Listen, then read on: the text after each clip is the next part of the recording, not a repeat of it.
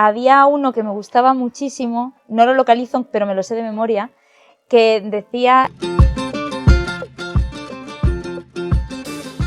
En los sótanos de las oficinas del Archivo Fundos, aquí en Padre Isla, se esconde uno de los secretos mejor guardados de la historia leonesa, el Archivo Fundos. Y hoy hemos quedado con su archivera para que nos enseñe algunos de los documentos más graciosos de su colección.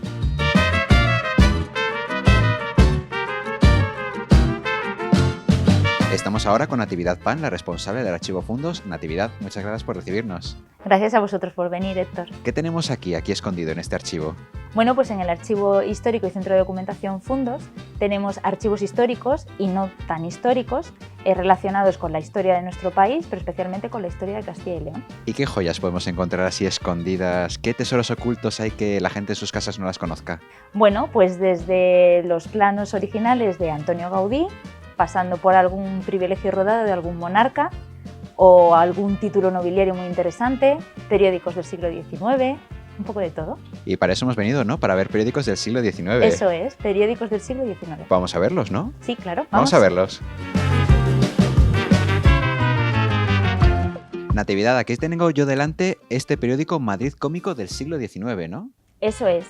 El Madrid Cómico fue una colección de periódicos que empezó a publicarse en 1880 y que duró su publicación hasta 1923. Era un periódico que tenía tinte jocoso, satírico. Era como el Jueves de la Época. Salvando las distancias sería como el Jueves de la Época.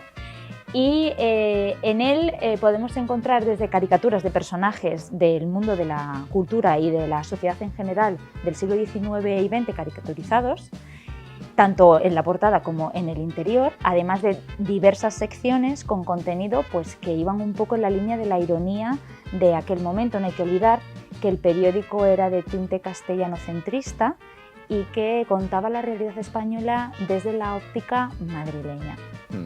¿Y cómo era el humor de la época? Bueno, a ver, el humor de la época no era exactamente el humor a lo que estamos acostumbrados, por ejemplo, hoy en día, que además consumimos muchísimo redes sociales y que el humor que nos podemos encontrar pues puede ser a lo mejor el de un gatito o el de alguien cayéndose o infinitos memes. Lógicamente no es un humor tan sencillo y tan facilón, sino que está un poco más adaptado a la mentalidad de la época, en el que hay que entender un poco pues cómo se pensaba, que los hábitos y las costumbres de la sociedad eran muy distintos a los de hoy en día y que encontraban el humor en detalles en los que a lo mejor hoy no lo encontraríamos, pero que igualmente es muy apreciable. Natividad, este programa lo estamos dedicando a un poco a la comedia, a momentos graciosos. ¿Qué momentos graciosos nos puedes encontrar aquí en este periódico? Bueno, hay una sección en concreto, porque todos los periódicos del Madrid Cómico no incluyen las mismas secciones, y algunas de las secciones del Madrid Cómico pues podía ser lanzar una pregunta a la sociedad y que la sociedad mandara cartas a la redacción del periódico dando su opinión sobre esa pregunta. A nosotros nos ha llamado mucho la atención, concretamente en este Madrid Cómico, que la pregunta que le lanzaron en aquel momento, estamos hablando de 1889, a los madrileños fue qué consideraban que era la mayor tontería. Y entonces las respuestas que nos encontramos... ¿Cuál era la mayor tontería? Pues hay muchas, de hecho se llegaron a... ¡Wow! Es que ahí recoger 800, ¿no? Casi 800 respuestas. O sea, 800 personas que escribieron una carta al periódico. Y estamos hablando solo de Madrid, es decir, tenía mucha acogida y mucho seguimiento. Las respuestas que dieron, pues algunas son muy originales, a mí me gustaría detallar... Sí, yo quiero que la gente en sus casas se fijen porque son casi como tweets de la época, o sea, son súper pequeños, súper cortitos. Sí, es como son frases muy cortas. Hashtag y una frasecita, ¿no? Hashtag la mayor tontería. La mayor tontería. Aquí lo tenemos, por ejemplo, ¿cuál es la mayor tontería? Quitarse los calcetines por la noche para volver a ponérselos por la mañana. Por ejemplo. O esto es que además habla muchísimo de la forma de pensar y bueno, yo creo que nos hace reflexionar sobre el feminismo también y el machismo, que en la época no se veía de la misma manera que ahora. Pues por ejemplo, ¿cuál es la mayor tontería? Hacer el amor a una soltera. Hacer el amor a una soltera, un tal JM. O meterse los pantalones por la cabeza. Hay otra muy original. ¿Cuál es la mayor tontería? No ser tonto y parecerlo. Las respuestas son muy ingeniosas. Había uno que me gustaba muchísimo, no lo localizo, pero me lo sé de memoria, que decía, ¿cuál es la mayor tontería? Casarse con una rusa poseyendo solo el español y vivir en paz con el traductor. Esto sí que me parece muy original. Es gracioso.